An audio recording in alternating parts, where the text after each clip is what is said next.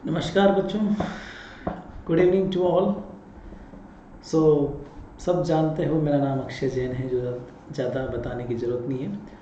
सबसे पहले आज के इस वीडियो में मैं आप सभी बच्चों को कल के दोनों एग्ज़ाम के लिए बहुत बहुत बधाई देता हूँ, बहुत बहुत शुभकामनाएं देता हूँ। Best wishes for tomorrow's exam. कल आपका दो एग्ज़ाम हैं। कुछ बच्चे राजस्थान सेट का एग्ज़ाम देंगे और कुछ बच्चे वेरियस अदर स्टेट सेट के एग्ज़ाम देंगे जिन्होंने मेरे से पढ़ाई की हुई है। उन सबको मैं ये बोलना चाहता हूँ कि बच्चों, आप लोग बिल्कुल मत डरना। आप लोगों ने जितना कंटेंट पढ़ा है वो सबसे ज़्यादा कंटेंट है बच्चों, ठीक है। तो do your best, believe your self, all the very very best of luck. और कुछ बच्चे जेस्ट का एग्ज़ाम भी देने वाले हैं, क्योंकि कल जेस्ट का भी एग्ज़ाम है, तो उसके लिए भी सबको all the very very best. आज वैसे मैं एमएससी प्रीवियस की क्लास ले रहा हूँ, बट फिर भी एमएससी प्रीवियस की क्लास से पहले ज़्यादा मैं आपका टाइम नहीं लूँगा। स्टार्टिंग के 5 मिनट्स जो हैं वो मैं केवल आपको थोड़ा सा मोटिवेट करने में बताऊँगा।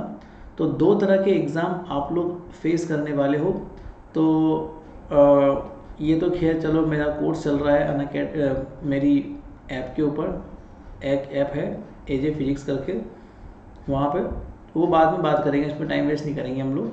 हाँ, और कुछ बच्चों ने कल के एग्ज़ाम के लिए, सेट के एग्ज़ाम के लिए टेस्ट सीरीज भी ज्वाइन की थी, जो कि मैंने 99 रुपीज़ में पब्लिश की थी। तो उसमें एक मेजर टेस्ट मैंने आप लोगों को दिया था, वो सबसे इम्पोर्टेंट था। उसके सॉल्यूशंस भी मैंने अपलोड कर दिए हैं, वो भी बहुत इम्पोर्टेंट है, ठीक है। तो एक काम करना, जिन बच्चों ने टेस्ट सीरीज परचेज कर रखी है वो उन सॉल्यूशंस और उन क्वेश्चंस जो मेजर टेस्ट मैंने आपको दिया था उसको एक बार ढंग से देख लेना, वो बहुत इंपॉर्टेंट है कल के सेट के एग्ज़ाम के लिए, ठीक है। तो मैं थोड़ा सा आप लोगों को गाइड कर देता हूँ। और बाकी जितने अदर स्टेट के सेट के एग्ज़ाम हैं उनके लिए भी टेस्ट सीरीज है अवेलेबल। तो आप लोग एजे फिजिक्स का ऐप डाउनलोड करके जिन भी अदर स्टेट्स में सेट का एग्ज़ाम है उनके लिए भी आप लोग जो है ये टेस्ट सीरीज परचेज कर सकते हो, बहुत यूज़फुल होगी। तो बच्चों, मैं थोड़ा सा गाइड कर दूं सेट के एग्ज़ाम के बच्चों के लिए और जेस्ट के एग्ज़ाम के बच्चों के लिए। तो बच्चों बस इतना सा याद रखना कि इसमें टाइमिंग का बड़ा लफड़ा होता है बेटा, क्योंकि आपके पास नंबर ऑफ क्वेश्चंस बहुत ज़्यादा होते हैं और आपके पास टाइम बहुत कम होता है। तो मेरा इसमें एक ही पॉइंट है कि सवाल ऐसा कोई ना हो जो आपसे अनटच हो। बच्चे क्या करते हैं कि शुरू में टाइम लगा देते हैं कुछ क्वेश्चंस में, और फिर जब टाइम नहीं बचता है तो बाद के क्वेश्चंस को बिना देखे टिक करके आते हैं, है ना। उनको जबकि बता दूं मैं कि लास्ट के क्वेश्चंस ज़्यादा इजी होते हैं as compared to previous questions. तो आप ना एक एरिया छाटना, जो इजी क्वेश्चंस है ना, मतलब एक एरिया ऐसा आएगा जब हार्ड क्वेश्चंस आएंगे। अगर मान लो आपने स्टार्टिंग से क्वेश्चंस करना शुरू किया, अगर आपने स्टार्टिंग से क्वेश्चंस करना शुरू किया तो शुरू में अगर मान लो आपको इजी क्वेश्चंस मिल रहे हैं तो बहुत बढ़िया, लगाते जाओ लगाते जाओ लगाते जाओ, जब जब इजी क्वेश्चन मिलते जाएं। जैसे ही कोई हार्ड क्वेश्चन आ जाए ना, आप उस एरिया को एक बार चेंज करके और पीछे से सवालों को करना शुरू कर दो, बैक साइड से, पेपर के पीछे वाले हिस्से से। फिर पीछे वाले हिस्से में आप पीछे जाते गए जाते गए जाते गए, फिर अगर मान लो कोई क्वेश्चन हार्ड आ गया तो फिर आप वापस से आगे वाले एरिया में आ जाओ, और जो हार्ड वाला क्वेश्चन था आगे वाले एरिया का, उसको एक बार के लिए मतलब पेंडिंग रख दो कि भाई बाद में सोचेंगे इसके बारे में, और इजी क्वेश्चंस वाले एरिया में वापस जाओ। तो मेरा ऐसा मानना है कि आपको पेपर का कोई भी पार्ट ऐसा ना हो जो आप ना पढ़ पाओ, ठीक है। ये सबसे बड़ी प्रॉब्लम कल सेट के एग्ज़ाम में आपके साथ होने वाली है कि आप सारे क्वेश्चंस नहीं पढ़ पाओगे, और जल्दी जल्दी में जब लास्ट में टाइम नहीं बचेगा तो जो इजी क्वेश्चंस थे उनको गलत करके आ जाओगे, जो कि नहीं होना चाहिए बिल्कुल भी, ठीक है ना। क्योंकि आपने सारा कंटेंट पढ़ा हुआ है, जिन्होंने मेरे से पढ़ा है तो मैं श्योर हूँ कि सारा कंटेंट आ जाएगा। एक कुछ सवाल हैं जो बीएससी के होंगे, जो शायद नेट के सिलेबस में ना आता हो, डिटेक्टर वगैरह वाला पार्ट या ऑप्टिक्स वाला पार्ट, वो शायद आपको थोड़ा परेशान कर सकता है, उस पर ध्यान मत देना। उसके अलावा पूरा पेपर पड़ा हुआ है आपके पास, तो आप उस कंटेंट को छांटना जो आसान कंटेंट है, जो आपको आता है, और एग्ज़ाम के बाद बिल्कुल ये फील नहीं आनी चाहिए कि अरे यार ये सवाल अगर मैं पढ़ लेता तो कर देता, ठीक है, वो फील बिल्कुल मत आना, क्योंकि ये आती है फील बाद में, ठीक है। हाँ, हार्ड क्वेश्चन है, लग रहा है लंबा हो रहा है, लग रहा है कि हमको जो है इसमें टाइम लग रहा है क्वेश्चन को करने में, या फिर हमको नहीं आ रहा है, उसको सही से नहीं करके आ पाओ, कोई प्रॉब्लम नहीं है, बट जो आसान सवाल है उसको नहीं छोड़ना, ये बात ध्यान रखना। तो ये सेट के एग्ज़ाम वाले बच्चों के लिए गाइडेंस थी, ठीक है। और ध्यान रखना कि आप लोग बहुत बेस्ट परफॉर्म करके आने वाले हो, बस टाइमिंग का थोड़ा ध्यान रखना, माइंड खुला रखना, अपने शॉर्ट नोट्स को ध्यान में रखना। आपके पास बहुत अच्छे शॉर्ट नोट्स हैं, आपके पास बहुत अच्छा कंटेंट है। जो जेस्ट के बच्चे हैं उनको बता दूं कि उनका तो कुछ नहीं है, जेस्ट वाले बच्चों के लिए आपके पास बहुत सिंपल सा काम है कि आपके पास में हार्ड क्वेश्चंस भी आएंगे, नेगेटिव मार्किंग का विशेष ध्यान रखना है, सवाल को नेगेटिव बिल्कुल भी नहीं करके आना है, इस बात का आपको बहुत ध्यान रखना है बच्चों, ठीक है ना। बहुत ध्यान रखना है कि सवाल को नेगेटिव नहीं करके आना है, क्योंकि जेस्ट के एग्ज़ाम में क्वालिफाई करना कोई बड़ी बात नहीं है। इसमें बस इतना ध्यान रखो कि आपको जो एनएटी क्वेश्चंस आएंगे उनको विशेषकर पूरा करके आना है, जो आपके पास में एमसीक्यू आएंगे, ठीक है, उनको ध्यान से रखना है। जो इजी क्वेश्चंस हैं केवल उनको एक बार देख लेना, है ना। आपके लिए भी वही चीज़ है, इसमें आपको टाइमिंग का ज़्यादा इशू नहीं आएगा जेस्ट के एग्ज़ाम में जितना सेट के में आएगा, इसीलिए आराम से इत्मीनान से इजी क्वेश्चंस को छांटना, पहले उनको अटेम्प्ट लेना, ठीक है। आप लोग अगर 40+ क्रॉस कर रहे हो, इसका मतलब आप सेफ जोन में हो, आप निश्चित हो जाना, ज़्यादा तुक्के लगा के मत आ जाना बस जेस्ट के एग्ज़ाम में। 40+ अगर आप इजी क्वेश्चन को छाट करके आ रहे हो तो आप लोग बहुत बढ़िया परफॉर्म करके आओगे। तो बस मैं दोनों एग्ज़ाम के बच्चों के लिए बहुत बहुत शुभकामनाएं दे रहा हूँ। मैं उम्मीद करता हूँ कि मेरे जितने बच्चे हैं वो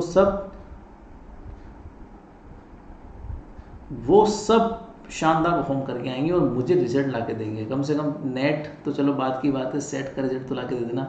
आसान एग्ज़ाम होता है, ज़रूर करके आना, ठीक है ना।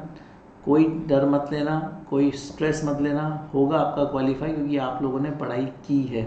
So believe your self and believe me, मैंने बहुत अच्छा पढ़ाया मुझे पता है, और तुमने बहुत अच्छा पढ़ा ये मुझे पता है, ठीक है।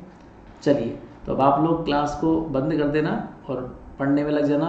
अभी सो जाना क्लास देखने के बाद, बिल्कुल भी जगना मत रात 2-2 3-3 बजे तक, पूरी नींद लेना, क्योंकि सेट के एग्ज़ाम में आसान सवाल आएंगे तो आपको ऐसा है कि फॉर्मूले याद आने चाहिए, रट्टा मार के ऐसे नहीं है कि भैया रात भर, तो ठीक है। तो आपके लिए बहुत बहुत बधाई। अब आते हैं वापस एमएससी के कंटेंट के ऊपर। तो बच्चों, कल एमएससी क्लास में हम लोगों ने लैग्रेंजियन इक्वेशन ऑफ मोशन जो है वो पढ़ ली थी। अब मुझे आज आपको जनरलाइज्ड मोमेंटम पढ़ाना है और साइक्लिक कोऑर्डिनेट पढ़ाना है। आज का टारगेट बस इतना ही है। सो सबसे पहले हेडिंग दो, जनरलाइज्ड मोमेंटम।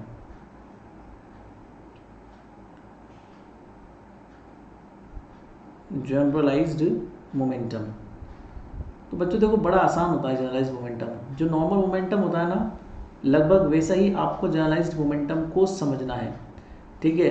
जनरलाइज्ड मोमेंटम को नॉर्मली जनरलाइज्ड कोऑर्डिनेट की तरह ही हम लोग के की फॉर्म में लिखते हैं। अगर मान लो केथ हमारे पास जनरलाइज्ड कोऑर्डिनेट है तो corresponding to that generalised momentum को पी के बोल देंगे।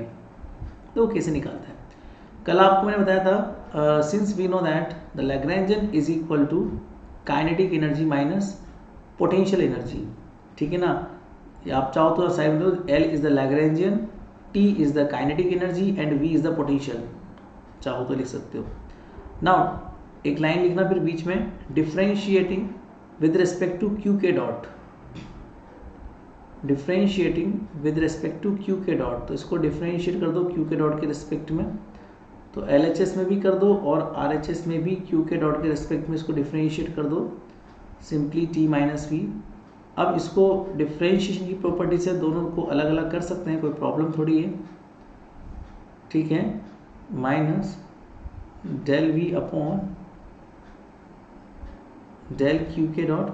देखो हम जानते हैं कि कंजर्वेटिव सिस्टम के लिए पोटेंशियल एनर्जी जो होता है वो केवल पोजीशन का फंक्शन होता है, वेलोसिटी का नहीं होता, ठीक है। तो एक लाइन लिख लो यहाँ पे, potential for the conservative system potential energy is independent from velocity. For conservative system potential energy is independent from velocity. So बस इसको जीरो कर दो क्योंकि डिपेंड ही नहीं करती है ना. फिर इसके बाद लिखो and kinetic energy T is equal to, अब आप जानते हो कि काइनेटिक एनर्जी क्या होती है, half M V square. V मतलब वेलोसिटी. अब कोऑर्डिनेट का या पोजीशन कोऑर्डिनेट का टाइम डेरिवेटिव जो होता है ना वही वेलोसिटी होता है.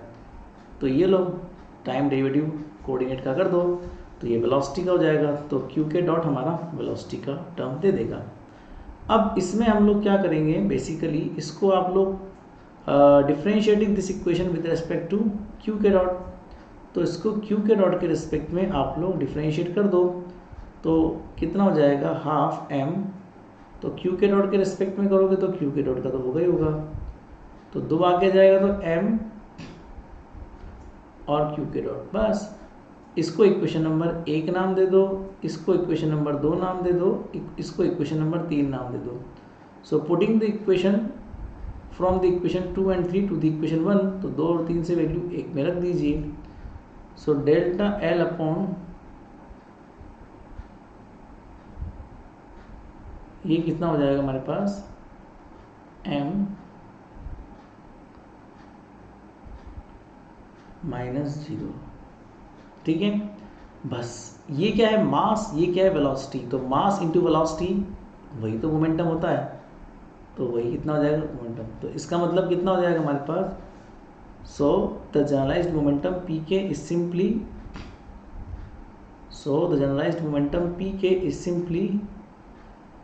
the derivative of the Lagrangian with respect to the generalized velocity.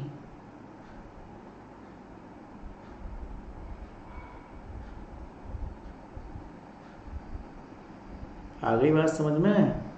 ये फॉर्मूला हमेशा याद रखना है. जितने भी जनरलाइज्ड कोऑर्डिनेट होंगे ना बस उनका डॉट के रेस्पेक्ट, डॉट जो है उसका रेस्पेक्ट में कर देना है. जैसे एक मैं आपको न्यूमेरिकल कराता हूँ, ये नेट में भी आता है और आपके एमएससी में भी ये आ सकता है, कोई प्रॉब्लम वाली बात नहीं है. क्वेश्चन नंबर 1 देखो, find out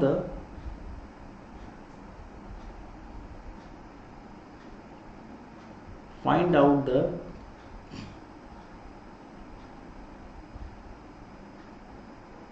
generalized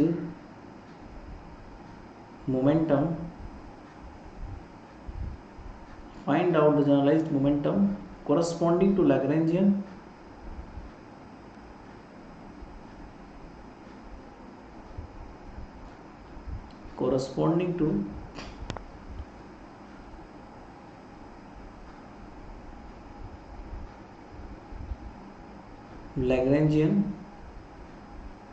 L is equal to 1/2 m r dot square plus r square theta dot square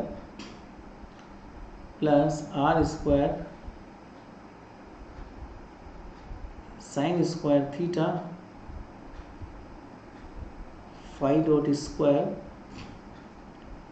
देखो आपको देख के लग गया होगा ये स्फेरिकल कोऑर्डिनेट सिस्टम में लैग्रेंजियन आपको दिया हुआ है, क्योंकि आर थीटा फाई जो कोऑर्डिनेट्स होते हैं ना बेटा वो स्फेरिकल सिस्टम में ही होते हैं. दैट्स वाई ये स्फेरिकल कोऑर्डिनेट सिस्टम का ही मामला लग रहा है मुझे. अब आपको जनरलाइज्ड मोमेंटम पूछा है उसने, तो बेटा जनरलाइज्ड मोमेंटम के लिए सबसे पहले आपको पता करना होगा कि जनरलाइज्ड कोऑर्डिनेट हैं कौन कौन से. सो एक बात याद रखना, बहुत सिंपल ट्रिक बता रहा हूँ मैं आपको, बहुत सिंपल ट्रिक. लैग्रेंजियन में जिस भी कोऑर्डिनेट के ऊपर डॉट लगा होता है ना बेटा, जिस भी कोऑर्डिनेट के ऊपर डॉट लगा होता है वो जनरलाइज्ड कोऑर्डिनेट कहलाता है. तो लैग्रेंजियन में जिस भी कोऑर्डिनेट, यहाँ पर हमारे पास 3 कोऑर्डिनेट है आर थीटा फाई, उन तीनों पे डॉट लगा हुआ है. आर के ऊपर भी डॉट है, थीटा पे भी डॉट है और फाई पर भी डॉट है. तो इसका मतलब यहाँ पर जनरलाइज्ड कोऑर्डिनेट कौन कौन से हो जाएंगे, 3 हो जाएंगे. तो पहले आपको जनरलाइज्ड कोऑर्डिनेट देखना है. ठीक है, तो जनरलाइज्ड कोऑर्डिनेट की पहचान आपने कर ली. आर है, थीटा है, फाई है. ग्रेट है. ठीक है, अब हमको इन तीनों के करस्पॉन्डिंग जनरलाइज्ड मोमेंटम निकालना है. तो देखो generalised momentum corresponding to R, उसको पी आर बोल देंगे। फॉर्मूला क्या होता है, लैग्रेंजियन का जनरलाइज्ड कोऑर्डिनेट के डॉट के रेस्पेक्ट में डेरिवेटिव, लैग्रेंजियन का जनरलाइज्ड कोऑर्डिनेट के डॉट के रेस्पेक्ट में डेरिवेटिव, तो वो पहला कोऑर्डिनेट आपका आर है, इसलिए generalised momentum corresponding to R. ठीक है, जरा करके देखो एक बार, लैग्रेंजियन को डिफरेंशिएट करो आर डॉट के रेस्पेक्ट में, तो जहाँ जहाँ आर डॉट आ रहा है ना उसको डिफरेंशिएट कर दो, तो आर डॉट का स्क्वायर तो 2r डॉट हो जाएगा। अब यहाँ पे बेटा आर डॉट नहीं है तो इसलिए 0 हो जाएगा, यहाँ पे आर है, आर और आर डॉट दोनों इंडिपेंडेंट वेरिएबल है। एक बात का विशेष ध्यान रखना, लैग्रेंजियन में जनरलाइज्ड कोऑर्डिनेट और जनरलाइज्ड वेलोसिटी जो होता है ना बेटा, वो इंडिपेंडेंट होते हैं एक दूसरे से, है ना। तो अगर आप लोग क्यू के डॉट के रेस्पेक्ट में डेरिवेटिव कर रहे हो तो क्यू के जो है ना वो इंडिपेंडेंट हो जाएगा, वो कांस्टेंट हो जाएगा, बिकॉज आप पार्शियल डेरिवेटिव कर रहे हो, आंशिक अवकलन कर रहे हो। तो आर जो है आर डॉट के रेस्पेक्ट में डेरिवेटिव नहीं होगा, इसलिए वो 0 हो जाएगा, और थीटा डॉट भी नहीं है, और कहीं पर भी आर डॉट है ही नहीं, सब जगह 0 0 0 हो जाएगा, तो कोई फ़ायदा ही नहीं है। ठीक है, तो हमारे पास कुल मिला के यहाँ पर एम आर डॉट, ये तुम्हारे पास पहला जनरलाइज्ड मोमेंटम आ जाएगा। फिर आप लोग लिखो generalised momentum corresponding to theta dot या कोरस्पॉन्डिंग टू थीटा, तो generalised momentum corresponding to theta, तो बस अब थीटा डॉट के रिस्पेक्ट में कर दो और ढूंढो कि कहाँ है थीटा डॉट। सो 1/2 m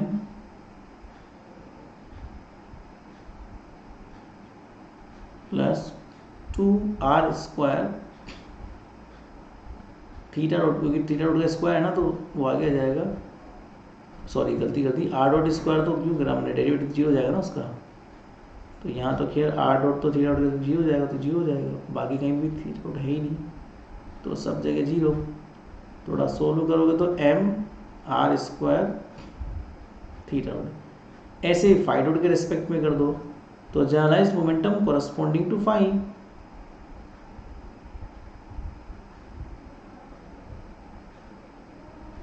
ठीक है। सो 1/2 फाइव डॉट के रेस्पेक्ट में करना है ना आपको, तो R square sine theta square ये तो कांस्टेंट हो जाएंगे, और ये 2 फाइव डॉट बन जाएगा यहाँ पे। थोड़ा इसको सॉल्व करोगे, सो 2 से 2 कटेगा, M R square sine square theta और फाइव डॉट, दैट्स इट। तो आपने तीनों का कर दिया और तीनों के रेस्पेक्ट में जनरलाइज्ड मोमेंटम भी निकाल लिया, बस यही वाली बात थी। अब नेक्स्ट चीज है वो है साइक्लिक कोऑर्डिनेट। क्या है बेटा, साइक्लिक कोऑर्डिनेट, आ गई बात समझ में। तो हमारे पास क्या है साइक्लिक कोऑर्डिनेट, नेक्स्ट हेडिंग है आपका, उसको फटाफट पढ़ लेते हैं, ये बड़ा आसान होता है। कौन से कोऑर्डिनेट साइक्लिक कोऑर्डिनेट होते हैं इसकी पहचान, देखो आपके ना एग्जाम में साइक्लिक कोऑर्डिनेट से संबंधित कुछ सवाल आते हैं, साइक्लिक कोऑर्डिनेट क्या होते हैं, साइक्लिक कोऑर्डिनेट कैसे पूछे जाते हैं, वो सब अक्सर सवाल आते हैं। तो सवाल किसी भी तरह से आ सकता है, पर टॉपिक है साइक्लिक कोऑर्डिनेट। मैं आपको कुछ एग्जांपल दे रहा हूँ कि सवाल कैसे आते हैं। एक बार ना सवाल ऐसा आया था, what do you mean by cyclic coordinates, है ना, ऐसा सवाल आया था, what do you mean by cyclic coordinates, ठीक है ना। तो ऐसे सवाल पूछता है। दूसरा और भी तरह सवाल पूछ सकता है, बट हाँ बात यह है कि इसका एक और नाम है इग्नोरेबल कोऑर्डिनेट, साइक्लिक कोऑर्डिनेट बोल दो या फिर इग्नोरेबल कोऑर्डिनेट बोल दीजिए, कुछ भी आप बोल सकते हो। तो जब इस तरह का सवाल पूछा जाए तो ये आप लोग करके आइएगा कि साइक्लिक कोऑर्डिनेट आखिर होते क्या है, इग्नोरेबल कोऑर्डिनेट आखिर होते हैं क्या है, ठीक है। इसका एक और नाम है इग्नोरेबल, तो इसके नाम में ही इसकी परिभाषा है, ऐसे कोऑर्डिनेट जो लैग्रेंजियन इग्नोर कर देता है। क्या बोला मैंने, ऐसे कोऑर्डिनेट जो लैग्रेंजियन इग्नोर कर देता है, दैट मीन्स वो जनरलाइज्ड कोऑर्डिनेट जो लैग्रेंजियन से गायब होते हैं, ऐसे जनरलाइज्ड कोऑर्डिनेट जो लैग्रेंजियन से गायब होते हैं साइक्लिक कोऑर्डिनेट या इग्नोरेबल कोऑर्डिनेट कहलाते हैं। समझाते हैं, देखो कोई कोऑर्डिनेट अगर लैग्रेंजियन से गायब होगा, इसका मतलब ये हुआ कि लैग्रेंजियन का उस कोऑर्डिनेट के रिस्पेक्ट में डेरिवेटिव क्या हो जाएगा, 0, ठीक है। अब मैं एक एग्जांपल ले रहा हूँ, जैसे कि सपोज क्यू के जो है ना वो एक साइक्लिक कोऑर्डिनेट है, ठीक है। if the Lagrangian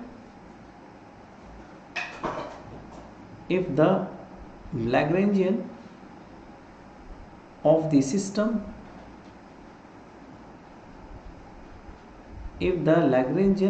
system is not function of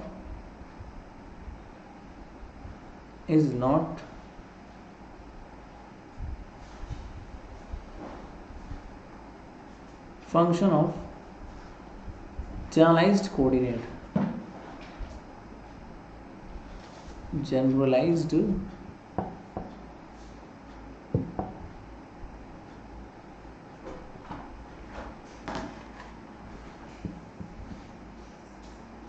coordinate क्योंकि, या फिर आप एक लाइन और लिख सकते हो, if Lagrangian is independent from QK, if Lagrangian is independent from QK, then QK is cyclic coordinate. Then QK is a cyclic coordinate. Then QK is cyclic coordinate. That is, इसका मतलब क्या हुआ कि delta L upon delta Q की जो value होगी वो zero हो जाएगी, क्योंकि एल जो है वो एक्चुअली लैग्रेंजियन जो वो क्यू के से इंडिपेंडेंट है। इसका मतलब लैग्रेंजियन का क्यू के रिस्पेक्ट में डेरिवेटिव जीरो हो जाएगा। ठीक है, एक एग्जांपल देते हैं, जैसे आप मान लो ये एग्जांपल है, if L is equal to 1/2 m r dot square plus r square theta dot square plus r square sin square theta phi dot square minus 1/2 k। चलो, इसमें साइक्लिक कोऑर्डिनेट में आपसे पूछूं तो कौन कौन से होंगे? ठीक है, तो एक लाइन लिखो, पहले आप साइक्लिक से पहले ही बताओ जनरलाइज्ड कोऑर्डिनेट कौन से होंगे, क्योंकि जनरलाइज्ड कोऑर्डिनेट से ही साइक्लिक कोऑर्डिनेट आएंगे बाद में। जो जनरलाइज्ड कोऑर्डिनेट लैग्रेंजियन से गायब होगा ना, वही साइक्लिक कोऑर्डिनेट है। तो क्या बोलोगे बच्चों? लिखो, in this Lagrangian there are 3 generalized coordinate. ऊपर ही मैं आपको समझा चुका हूँ। ठीक है, so in this Lagrangian there are 3 generalized coordinates. कौन कौन से होंगे बेटा? आर, थीटा एंड फाई, क्योंकि यहाँ आर डॉट है इसलिए, क्योंकि यहाँ थीटा डॉट है इसलिए, और यहाँ फाई डॉट इसलिए। अब इन तीनों में से जो भी जनरलाइज्ड कोऑर्डिनेट लैग्रेंजियन से गायब होगा वही साइक्लिक है। देखो, क्या आर गायब है क्या? नहीं, ये रहा आर, तो आर साइक्लिक नहीं है। क्या थीटा गायब है क्या? नहीं, ये रहा थीटा, तो थीटा भी साइक्लिक नहीं है। क्या फाई गायब है? बिल्कुल फाई गायब है, क्योंकि पूरे लैग्रेंजियन में कहीं पर भी फाई नहीं है। फाई डॉट तो है, फाई डॉट तो होगा बिकॉज वो जनरलाइज्ड कोऑर्डिनेट है, बट फाई कहीं भी नहीं है। तो इसका मतलब ये हुआ कि delta L upon delta phi is equal to 0। ठीक है, delta L upon delta phi is equal to 0, so phi is the cyclic coordinate. तो क्या लिखोगे line? So phi is a cyclic coordinate, phi is cyclic coordinate, that's it. तो ये वाली बात थी। तो आज आपको केवल दो ही चीज़ पढ़नी थी, साइक्लिक कोऑर्डिनेट और जनरलाइज्ड मोमेंटम।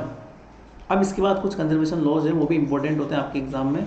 तो 3 तरह के कंजर्वेशन लॉ कल पढ़ेंगे, conservation of linear momentum, conservation of angular momentum and conservation of energy. तो ये 3 तरह के कंजर्वेशन लॉज हमको कल पढ़ने हैं। देन उसके बाद में फिर हम लोग जो है एक बहुत अच्छा पोर्शन जो है कवर अप कर सकते हैं, और एक बहुत अच्छा पोर्शन जो है हम लोग कवर कर लिए हैं, आप एक तरह से मान लीजिए। क्योंकि फिर उसके बाद तो क्या आएगी, conservation of angular momentum, conservation of linear momentum, इन सब के बाद में जो कुछ छोटे मोटे टॉपिक बचेंगे ना, वो लैग्रेंजियन निकालने वाले बचेंगे, वो मैं आपको अलग अलग सिस्टम के लैग्रेंजन कैसे निकालते हैं वो सब मैं सिखा दूंगा। ठीक है, अलग अलग प्रॉब्लम्स हैं तो वो सब प्रॉब्लम्स को हम लोग सॉर्ट आउट करेंगे और उन सब प्रॉब्लम्स के लैग्रेंजन को धीरे धीरे निकालना शुरू करेंगे। और मैं ऐसा मानता हूँ कि आप वो लैग्रेंजन मैं ऑलरेडी यूट्यूब पे निकलवा चुका हूँ, तो मेरे हिसाब से वो प्रॉब्लम्स को मुझे सॉल्व करवाना ज़रूरी नहीं है। उसके लिंक मैं डिस्क्रिप्शन में शेयर कर दूँगा, ठीक है, कल के वीडियो के डिस्क्रिप्शन में, ताकि कल की वीडियो के बाद जो बाकी के वीडियोज़ हैं वो आप वहाँ से देख पाएंगे। ठीक है ना बच्चों, तो आज के लिए इतना ही। Thank you so much. Lagrangian के एग्जाम्पल बाद में किए जाएंगे, फिर उसके बाद के टॉपिक और बाद में किए जाएंगे। Okay, bye bye.